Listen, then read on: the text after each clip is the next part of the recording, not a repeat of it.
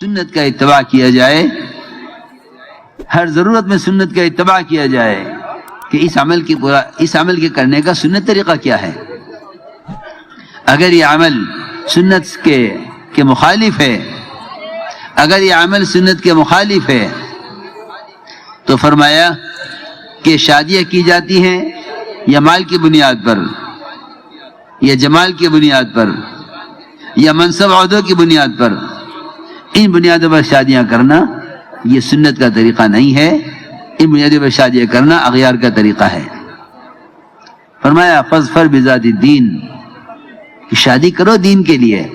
حضور اکرم صلی اللہ علیہ وسلم کی جتنی شادیاں ہیں وہ تمام کی تمام دینی مصالح کے لیے ہیں، تمام دینی مصالح کے لیے ہیں۔ صحابہ شادیاں کرتے تھے، دینی مصلحت سامنے ہوتی تھی، بلکہ عمر رضی اللہ عنہ کی بیوہ سے ایک صاحب نے شادی کی، حضرت عمر کی بیوہ سے ایک صاحب نے شادی کی اور یہ کہا کہ میرے ان سے شادی کرنے کی اصل وجہ یہ ہے کہ یہ میرے گھر میں آ کر یہ بتلائیں کہ حضرت عمر رضی اللہ تعالیٰ عنہ کے رات کے تہجد میں رونے کی اور رات کے قیام کی کیا کیفیت ہوا کرتی تھی، ان کی گھر کی عبادت کا کیا طریقہ تھا، اور ان کے رات کے قیام اور تہجد میں کیا کیفیت ہوتی تھی، اس کو سمجھنے کے لیے میں نے ان کی بیوہ سے شادی کی ہے۔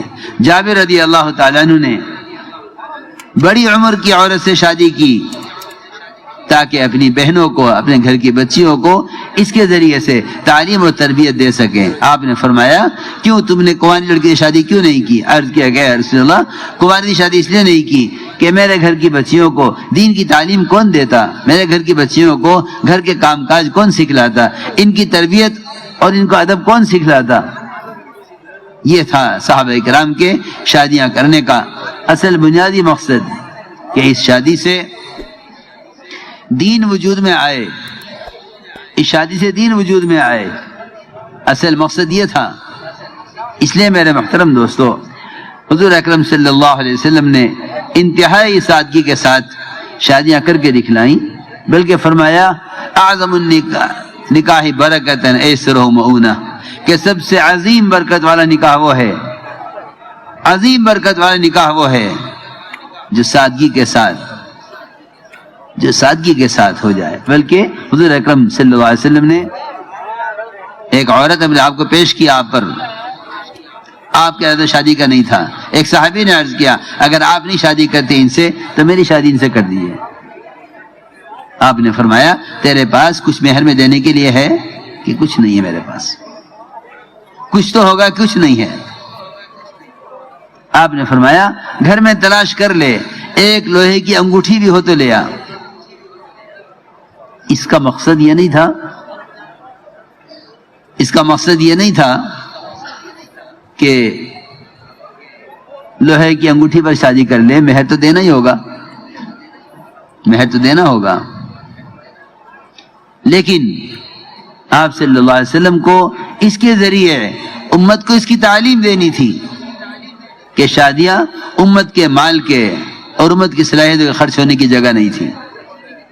حیرت کی بات ہے، امت نے اپنے مال کو اللہ کے راستے کے جہاد اور اللہ کے راستے کی نقل و حرکت، اس سے بال کو بچا کر شادیوں پر خرچ کیا۔ صحابہ کرام نے شادیوں سے مال کو بچا کر نقل و حرکت پر خرچ کیا۔ صحابہ کے مال کا بڑا حصہ اللہ کے بندوں کو اللہ سے جوڑنے میں خرچ ہوا ہے۔ آپ اگر سیرت کو اٹھا کر دیکھیں تو اس سے بڑھ کر صحابہ کرام کے مال کے خرچ ہونے کا اور کوئی مصرف نہیں ملے گا، نہ مکان پر، نہ شادی پر، نہ کپڑوں پر۔ صحابہ کے مال کا مصرف اللہ کے راستے کی نقل و حرکت، یا اگر ضرورت پیش آ گئی تو صحابہ کے مال کا سب سے بڑا مصرف ہتھیار خریدنا تھا۔ ہتھیار خریدنے پر اور نقل و حرکت پر صحابہ کا سب سے زیادہ مال خرچ ہوا ہے، سب سے زیادہ مال خرچ ہوا ہے، سب سے زیادہ مال صحابہ کا اس پر خرچ ہوا۔ آپ دیکھیں سیرت اٹھا کر، لیکن ہمیں کہیں نہیں ملتا کہ شادی کو مال کا مصرف کہیں سوچا بھی گیا ہو. ایسی سادگی سے شادیاں ہوا کرتی تھی. ابو ذر غفاری رضی اللہ تعالیٰ عنہ ایک گھر کے آگے سے گزر رہے تھے. یہ ابو مساشری تھے. دیکھا لوگ بیٹھے ہوئے ہیں, چادر بچھی ہوئی ہے, تسبیح پڑھ رہے ہیں, جا کے بیٹھ گئے. خیال یہ ہوا کہ شاید گھر میں کسی کی موت ہو گئی ہے کہ لوگ بیٹھے ہوئے ہیں, کوئی سال ثواب میں ذکر کر رہا ہوگا. خاموش لوگ بیٹھے ہوئے, یہ بھی آ کر بیٹھ گئے. لوگ خاموش بیٹھے ہوئے تھے. انہوں نے پوچھا کہ کیوں یہاں لوگ جمع ہیں, کس کا انتقال ہو گیا ہے؟ کہ نہیں, یہاں انتقال کسی کا نہیں ہوا, بلکہ ہمارے یہاں شادی ہے, ولیمہ ہے, مہمان آئے ہوئے ہیں, شادی ہو رہی ہے. جس مجمع کو دیکھ کر, جس ماحول کو دیکھ کر گزرنے والا یہ سمجھے کہ ان کے گھر میں کوئی حادثہ ہو گیا, لوگ تعزیت کے لیے آئے ہوئے ہیں, کوئی ذکر میں ہے, کوئی تلاوت میں ہے, کوئی خاموش بیٹھا ہے. جس منظر کو دیکھ کر لوگ یہ سمجھے کہ ان کے گھر میں کوئی حادثہ ہو گیا, وہاں حادثہ کوئی نہیں ہوا تھا, وہاں شادی ہو رہی تھی. اور ہم ان صحابہ کی شادیوں سے اتنا دور گئے کہ اس گلی کا کونا بتلا دے گا کہ اس محلے کے آخری گھر میں کسی کی شادی ہے. اس گلی کے کونے سے اندازہ ہو جائے گا, اس گلی کے کونے سے اندازہ ہو جائے گا کہ اس گلی کے آخری گھر میں شادی ہے. نہیں میرے دوستو, عزیزو, بزرگو, امت اتباع سنت کے بغیر چمک نہیں سکتی, اور امت اتباع سنت کے بغیر اسلام پیش کر نہیں سکتی. حضور اکرم صلی اللہ علیہ وسلم نے سفر میں شادی کر کے دکھلایا.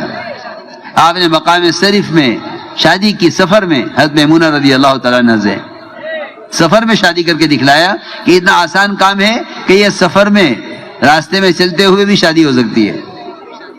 سفر میں شادی کر کے دکھلائی کہ دیکھو یہ شادی کا طریقہ ہے. حالانکہ مسافر کے پاس کیا ہوتا ہے, اس کا توشہ اپنے بقدر ضرورت ہوتا ہے, لیکن حضور اکرم صلی اللہ علیہ وسلم نے سفر میں شادی کر کے دکھلائی کہ شادی کرنا کتنا آسان ہے. اس لیے صحابہ کرام کے اور محمد صلی اللہ علیہ وسلم کی, آپ کی شادیوں کے قصے سنو. آپ نے تمام شادیوں میں, ایک شادی میں صرف گوشت اور روٹی کا انتظام کیا ہے. آج اگر کوئی شادی میں, ولیمے میں کھجور, پنیر تقسیم کر دے اور دسترخوان لگا کر ولیمے میں آنے والوں کو کھجور اور پنیر کھلا دے, تو یہ عین سنت ہے, عین سنت ہے. حضور اکرم صلی اللہ علیہ وسلم کا وہ عمل ہے جو آپ نے اکثر شادیوں میں کیا, بلکہ تمام شادیوں میں کیا سوائے ایک شادی کے. حضرت زینب کی شادی میں آپ نے گوشت اور روٹی کا انتظام کیا. اس لیے ہمیں چاہیے کہ ان شادیوں کو اسراف سے ہٹا کر, فضول خرچیوں سے بچا کر اور بدعتوں سے ہٹا کر اپنی شادیوں کو سنت کے طریقے پر لائیں. یہاں تک کہ صحبت میں بھی سنت طریقے اختیار کریں, ورنہ بے کہن نافرمان اولاد اس لیے پیدا ہوتی ہے کہ اس اولاد کی پیدائش کو اور اس کی ابتدا کے عمل کو خلاف سنت کیا گیا ہے. اس اولاد کے پیدا ہونے کو خلاف سنت کیا گیا ہے. جب حیوانیت کے طریقے پر صحبت ہوگی تو حیوان نہ ماننے والے اور نافرمان اولاد پیدا ہوگی. جب صحبت حیوانیت کے طریقے پر ہوگی تو انسانیت وجود میں نہیں آ سکتی. بلکہ حدیث میں آتا ہے کہ اگر دعا کے پڑھنے کا اہتمام نہ کرے صحبت سے پہلے تو شیطان اپنے نطفے سے برابر شریک رہتا ہے اپنے نطفے سے صحبت میں.